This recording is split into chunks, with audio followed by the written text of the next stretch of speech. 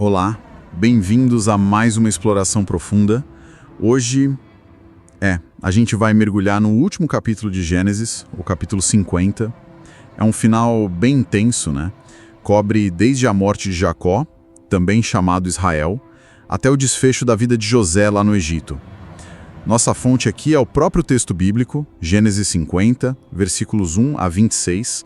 Vamos direto na fonte, e o nosso objetivo aqui é, desvendar mesmo as ações, as emoções, os significados que estão nesse capítulo, como ele fecha a história de Jacó e José e o que ele sinaliza para o futuro de Israel. Bora lá. Isso aí, e só para dar aquele contexto rápido, a gente está no Egito, né? Jacó acabou de falecer, ele passou os últimos anos ali reunido com a família toda, inclusive com José. E a morte dele, claro, sendo um patriarca tão importante, vai desencadear um monte de coisa. Na família, na política, até espiritualmente. Começa com a reação do José, né? Que é super pessoal. O texto fala que ele se jogou sobre o pai, chorou, beijou. É uma cena bem forte, né? Mostra o vínculo deles, pura dor ali. E logo em seguida ele já toma uma providência bem prática que já mostra onde eles estão. Manda os médicos egípcios embalsamarem Jacó. E o texto até dá um detalhe, né? 40 dias para o embalsamamento. Sim, e esses números são muito interessantes. Os 40 dias eram meio que o padrão técnico egípcio para o processo em si. Mas olha só, o luto oficial no Egito por Jacó durou 70 dias. 70. Nossa. 70 dias. Pois é, isso não era pra qualquer um não. Mostra o status altíssimo que Jacó tinha. Claro, por ser pai do governador José, né? É um exemplo muito claro de como a cultura egípcia estava ali, presente na vida dessa família hebraica. Então não é só um ritual funerário, é quase um indicador de posição social no Egito. Interessante isso. Passado esse luto todo, José tem que cumprir uma promessa feita ao pai. Exato. Ele vai pedir permissão ao faraó para levar o corpo de Jacó para Canaã. E olha o detalhe, ele não vai direto. Ele usa intermediários da corte, seguindo o protocolo. Isso, e o argumento dele é forte. É um juramento feito ao pai. Jacó queria ser enterrado na terra ancestral, no túmulo que ele mesmo tinha preparado, lá em Canaã. É um apelo à lealdade e à palavra dada. Muito sério isso. E a resposta do faraó? Direta. Sobe e sepulta teu pai, como ele te fez jurar. Mais uma vez, né? Isso só reforça o prestígio do José. O faraó não só permite, como valida esse juramento familiar. Mostra o respeito que ele tinha por José e pela família dele. Aí começa a viagem para Canaã. E a descrição do cortejo, nossa, é impressionante. É grandioso, né? Muito. Não vai só a família. Vão servos do faraó, os anciãos da corte, os anciãos do Egito, a família de José, claro, menos as crianças e os rebanhos que ficaram em Gósen. E ainda carros, cavaleiros. O texto fala, o cortejo foi grandíssimo. Imagina só a cena. Uma comitiva enorme, egípcios e hebreus juntos atravessando o deserto para um funeral.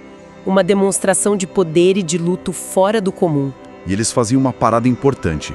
Na era de Atade, depois do Jordão. Ali eles faziam um luto formal de 7 dias, com um pranto grande e muito doloroso, diz o texto.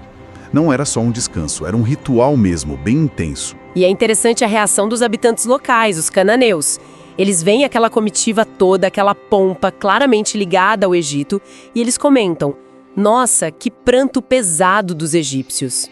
É mesmo. Chegam até a dar nome para o lugar, Abel Mizraim, que basicamente significa luto dos egípcios. Que curioso, né? Como a identidade deles, naquele momento específico, é percebida pelos outros como egípcia, por causa de toda a estrutura que vinha do Egito. Exatamente. Para quem via de fora, era o Egito em movimento, com seus costumes e sua força, mesmo que o objetivo final fosse enterrar um patriarca hebreu em Canaã. Mostra essa identidade meio dupla, né? Ou sobreposta, que eles carregavam ali. Finalmente eles chegam em Canaã, cumprem a vontade de Jacó, sepultam ele na cova do campo de Macpelá. E o texto faz questão de lembrar, foi Abraão quem comprou aquele lugar. É um retorno físico às origens. E Macpela não é um lugar qualquer, né? É o túmulo da família, onde já estavam Abraão, Sara, Isaac, Rebeca. Levar Jacó para lá é mais que cumprir um desejo, é uma afirmação muito forte. Olha, apesar de todo o sucesso, poder, vida boa no Egito, o nosso lugar mesmo, nosso destino final, tá ligado a essa terra aqui, Canaã. É uma escolha deliberada contra se tornar totalmente egípcio, entende? Totalmente. Faz todo sentido. Então, missão cumprida, Jacó enterrado, a comitiva volta para o Egito. E aí? Aquela tensão familiar que parecia resolvida volta com força total, né? Pois é. Com Jacó morto, parece que some uma garantia, talvez. Um mediador, e aí a velha culpa e o medo da vingança ressurgem nos irmãos. Eles começam a pensar, será que agora o José vai acertar as contas com a gente por tudo aquilo que fizemos? E a estratégia deles é mandar um recado para José, dizendo que foi o próprio Jacó quem pediu, antes de morrer, para José perdoar eles. Quase usando o pai como um escudo, né? Mesmo depois de morto. Exatamente. É uma atitude que mostra o quanto eles ainda estavam inseguros. Não conseguiam acreditar de verdade que o perdão de José tinha sido para valer. E a reação do José? O texto é curto, mas diz muito. José chorou quando eles lhe falaram. O que você acha que esse choro significa? É um momento super emocionante e eu acho bem complexo. Pode ser tristeza por perceber que, mesmo depois de tudo, os irmãos ainda duvidavam dele, né? Da sinceridade do perdão, talvez ainda achassem que ele era capaz de vingança. Pode ser também a dor da lembrança do que ele sofreu, que volta naquele momento, ou tudo isso junto, sabe? Misturado com o luto recente pelo pai. É a vulnerabilidade do José ali exposta. E os irmãos não ficam só no recado. Eles vão pessoalmente, se curvam até o chão diante de José. Cumprindo de novo aqueles sonhos antigos dele, né? Exato. E se oferecem como servos. É a submissão total, tipo esperando o pior mesmo. Se colocam na posição mais baixa possível, esperando a sentença. Mas aí vem a resposta de José. E essa resposta, para mim, é um dos pontos mais altos, não só do capítulo, mas de toda a história dele. Primeiro, ele acalma. Não tenham medo. Por acaso eu estou no lugar de Deus? Ele se recusa a ser o juiz. Exatamente. Ele tira esse peso de si. E aí vem a frase central, onde a coisa fica realmente profunda. Vocês planejaram o mal contra mim, mas Deus o tornou em bem, para fazer o que se vê neste dia, conservar muita gente com vida. Aqui. Essa é a chave de leitura desse texto, eu acho. José não ignora, não passa pano para a maldade deles. Ele afirma: vocês intentaram o mal. A intenção foi ruim, sim, mas ele revela uma outra camada de significado. Ele aponta para a ação de Deus que não é que causou o mal, mas usou as consequências daquela ação horrível deles para realizar um propósito maior e bom. Que propósito? Deus o intentou para bem. E que bem era esse? Salvar vidas durante a fome, preservar o povo. É uma forma muito madura de olhar para o sofrimento e para a injustiça, né? Reconhecer o mal que fizeram com você, mas conseguir ver como algo maior pode ter sido realizado através daquilo, sem desculpar o culpado. Isso. Não é determinismo, tipo, tinha que acontecer. Não é isso. É uma afirmação sobre a soberania e a bondade de Deus, que consegue redimir e redirecionar até as piores coisas que a gente faz para um fim que preserva a vida. Se a gente pensar no todo, é um tema recorrente ali em Gênesis, essa interação entre a liberdade humana, com todo o seu potencial para o bem e para o mal, e o plano maior de Deus. Muito poderoso mesmo. E o José não fica só na teoria, né? Ele age, tranquiliza os irmãos de novo, fala para não terem medo e promete cuidar deles e dos filhos deles. O texto diz que ele falou ao coração deles. Ele assegura o perdão de um jeito muito concreto. A reconciliação é completa ali. Sim, ele oferece não só perdão, mas segurança para o futuro. É a prova prática daquela visão teológica que ele acabou de expressar. Com essa tensão familiar finalmente zerada, o texto nos leva para os últimos anos de José. Ele viveu bastante, 110 anos, lá no Egito. Uma vida longa. E teve a alegria de ver a família crescer, né? Conheceu netos, bisnetos, descendentes de Efraim e Manassés. Sinais de uma vida abençoada, plena. Com certeza. Ver as gerações futuras se estabelecendo era um sinal de grande bênção naquela cultura. Mas olha que interessante. Assim como o pai dele, quando José sente a morte chegando, para onde ele se volta? Para o futuro do povo e para Canaã. As últimas palavras dele para os irmãos são uma profecia e uma promessa. Eu vou morrer, mas Deus certamente virá ajudá-los e os tirará desta terra, levando-os para a terra que ele prometeu com juramento a Abraão, a Isaque e a Jacó. Ele reafirma a promessa central, né? Aquela que sustentou toda a história dos patriarcas. A vida no Egito, por melhor que fosse, era temporária. O destino final era a terra prometida.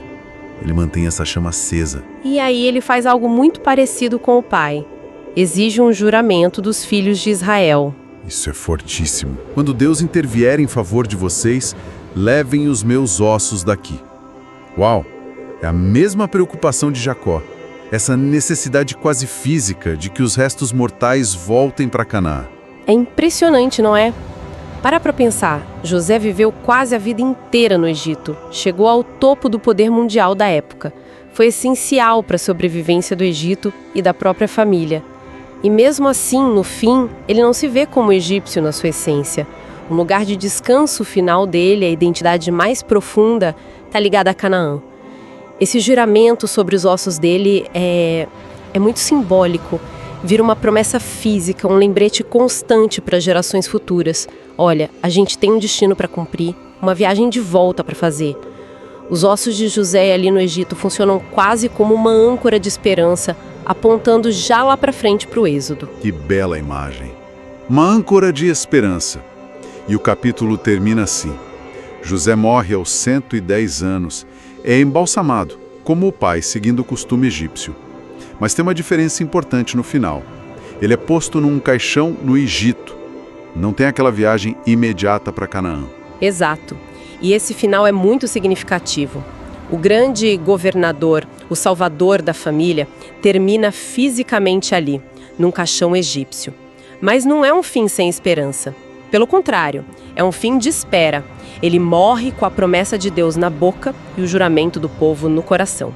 Seus ossos ficam ali como um penhor, sabe? Aguardando a futura visitação de Deus e a viagem final para a Terra Prometida, que só vai acontecer séculos depois, lá no Êxodo. O capítulo fecha a história de José, sim, mas deixa a porta totalmente aberta para o próximo grande ato da história de Israel. Excelente. Então, recapitulando os pontos principais que a gente levantou aqui de Gênesis 50. Vimos o funeral de Jacó, aquela mistura de pompa egípcia com a lealdade profunda a Canaã. Mergulhamos na reconciliação final de José com os irmãos. O medo dele sendo confrontado pelo perdão e por aquela perspectiva teológica incrível do José. Aquela ideia de Deus transformando a intenção má em bem maior. Exatamente. Destacamos essa ideia central. E fechamos com a morte de José, também marcada por essa esperança de retorno, pelo juramento sobre os ossos dele. Então, assim, o que fica de mais importante disso tudo? Olha, se a gente amarrar os pontos desse capítulo, alguns temas pulam na nossa frente, né? Primeiro, a força da lealdade familiar e o peso dos juramentos. A gente vê isso sendo cumprido com Jacó e projetado para o futuro com José. Depois, a complexidade do perdão. José mostra que perdoar não é esquecer o mal, mas escolher não se vingar e confiar num propósito maior de Deus que redime as coisas. Também fica clara aquela tensão constante, viver e até prosperar no Egito, mas manter a identidade ligada a Canaã. E claro, essa visão maior da providência divina que age por trás e através das nossas ações, guiando a história para os seus próprios fins. Para a gente encerrar essa nossa análise, queria deixar uma provocação para quem nos ouve pensar um pouco, baseado no que a gente viu aqui. Tanto Jacó quanto José, homens de sucesso, de poder no Egito, fizeram questão absoluta que seus ossos fossem levados para Canaã. O que essa insistência toda, essa teimosia, quase uma obsessão póstuma com o lugar do enterro, revela sobre o que significava lar e pertencimento para eles, mesmo depois de vidas inteiras construídas em outro lugar. E quem sabe, o que isso pode nos fazer pensar sobre as nossas próprias conexões com as nossas origens, especialmente quando a vida nos leva para longe ou nos coloca em contextos totalmente diferentes. Que peso tem essa ligação com a Terra, seja ela física ou simbólica, mesmo depois que a vida parece ter tomado outro rumo completamente diferente? Fica aí para refletir.